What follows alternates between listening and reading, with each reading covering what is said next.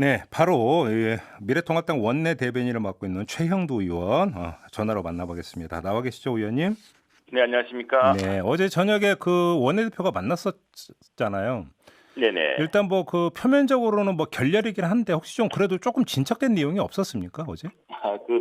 원내대표 간의 내밀한 이야기를 다 할 수는 없습니다만, 네, 현재 분위기로는 핵심 쟁점에 대해서 예, 접근하지 못한 것 같습니다. 여전히 민주당은 법대로 밀어붙이겠다라고 예, 하는데, 법대로라는 말도 사실은 자의적으로 해석한 것이고요. 예, 그 법대로라는 말 자체에서 음, 우리 당이 이 미래통합당이 느끼는 위기감 같은 것은 음, 앞으로 21대 국회 이 거대 여당 의석을 가지고서 모든 것들을 이런 척도로 하려는 것 아닌가. 사실은 이 단순히 원구성을 넘어서서 네.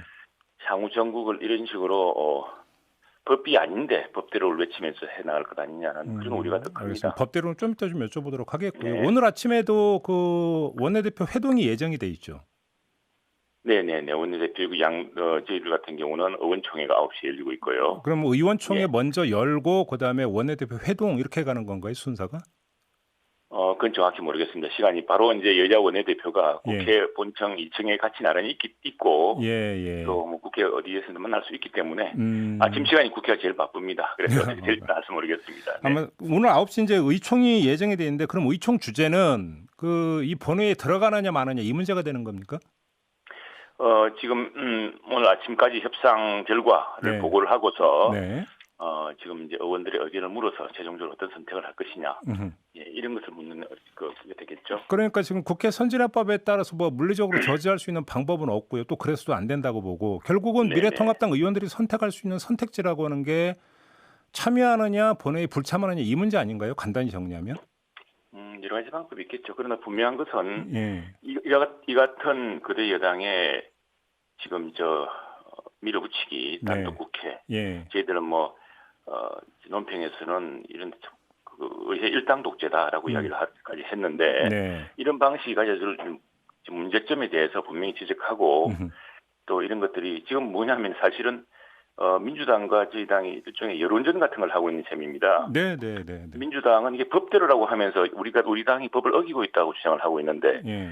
사실은 완전히 이게 진실이 다릅니다. 이 역대 국회가 특히나 지난 30년간 민주화 이후에 국회가 이루어왔던 전통 또 그리고 국회법의 기본 취지를 완전히 뒤집고 있는 행위고요. 또 특히나 12년 전에 꼭 여야의 의석 구성이 정반대로 뒤바뀌었을 때가 있었습니다. 네. 그 당시에는 한나라당이 한 180석 가량 됐었고 170석 넘었고 지금은 민주당이 170석 넘지 않습니까? 네. 그때 뒤바뀌었을 때 민주당이 했던 태도가 완전히 뒤바뀌었습니다. 그 당시에는 법 차이도 가져가야 되고 협치를 위해서 의석대로 이렇게 상임위를 배분해야 되고 국회의장을 뽑으면은 그 자체가 협상력이 무너지기 때문에 네. 한꺼번에 진행돼야 된다고 했던 이야기가 지금에 와서는 마치 옛날 이야기고 다른 나라 이야기인 것처럼 그러니까 지금 전혀 언급하고 있지 않고 있죠. 의원님, 예. 그러니까 잠깐 우리 애청자 여러분들이 이해를 돕기 위해서 이제 계속 이제 말씀하시는 법대로라고 하는 부분이 이제 잘못됐다는 주장의 요지가 지금 네네. 법에 따르면 그 국회의원들의 임기가 시작된 날로부터 7일 이내에 본회의를 열어서 이제 그 원 구성을 해야 된다 이 규정이잖아요. 그런데 지금 통합당 같은 경우는 그건 강행 규정이 아니라 훈시 규정이기 맞습니다. 때문에 여야 네네. 합의가 더 우선된다 이런 주장이신 거죠, 간단히 이야기하면. 그렇습니다. 이 국회법에 보면은 예. 국회법은 모두가 국회의장이 정상적으로 선출된 뒤에 국회의장의 권한과 여야 원내대표의 협의와 이런 것들이 규정되어 있습니다. 네. 국회의장이 선출되기 직전에 해당하는 것은 네. 그럴 경우에 국회 사무총장이 임시의 집회 공고를 함으로써 의장의 직무를 대행한다는 것 외에는 없습니다. 이 네. 국회법의 기본 원리가 여야가 합의로 국회를 구성해서 음흠.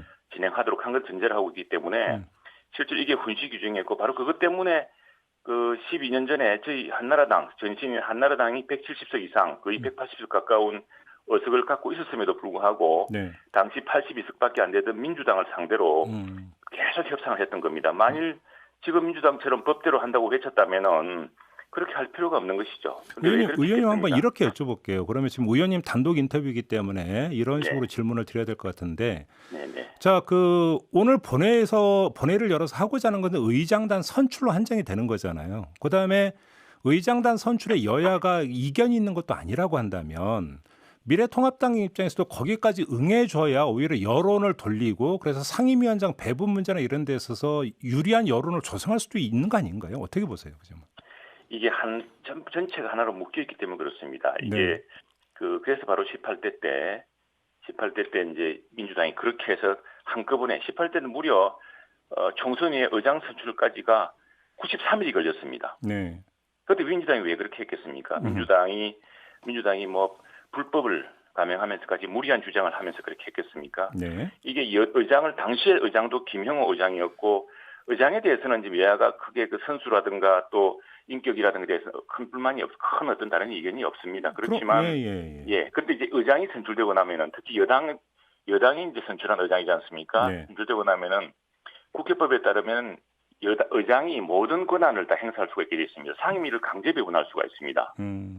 이렇게 되면은 사실은 여야 협상이라는 것이 여당의 의지, 여당의 압력 그리고 국회의장의 의지 여부에 따라서 이게 협의가 전혀 협의 대상이 아닐 수가 있게 되는 것이죠. 당시에 민주당이 그렇기 때문에 93일 동안 의장 선출을 포함해서 전부 다 이렇게 알겠습니다. 근데 의원님 했던 겁니다. 네. 이렇게 한번 그럼 질문을 드려볼게요. 자, 그러면 네네. 만약에 의장만 선출해 놓으면 의장이 네. 결국은 그러니까 본회의 소집에서 상임위원장 어떤 뭐 표결 그냥 강행할 수도 있는 거 아니에요? 우려가 이제 계속 나오는 거 알고 있는데요. 네네. 법적으로 그렇습니다. 한번 네, 이런 식으로 질문을 드려볼게요. 자, 그래서 새로 의장에 뽑힌 사람이 임기가 시작되자마자 그렇게 어떤 그 강행수를 자기가 혼자 짊어지고 속칭 총대를 매면서 바로 들어갈 수 있겠습니까? 지금 여당이 하는 걸 보면은요, 특히나 18대 국회 때 이 여당이 지금 여당 지도부에도 계시고 청와대에도 계시고 한데 네. 그분들이 했던 말이 지금 우리가 하는 말과 똑같습니다.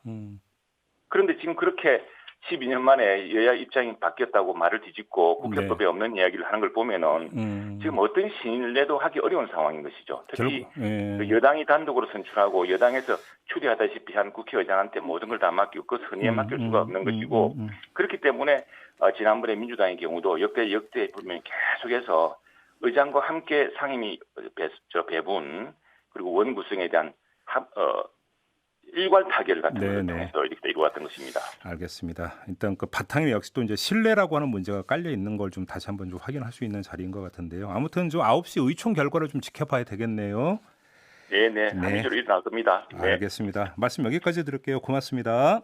네. 네. 미래통합당 원내 대변인을 맡고 있는 최형두 의원이었습니다.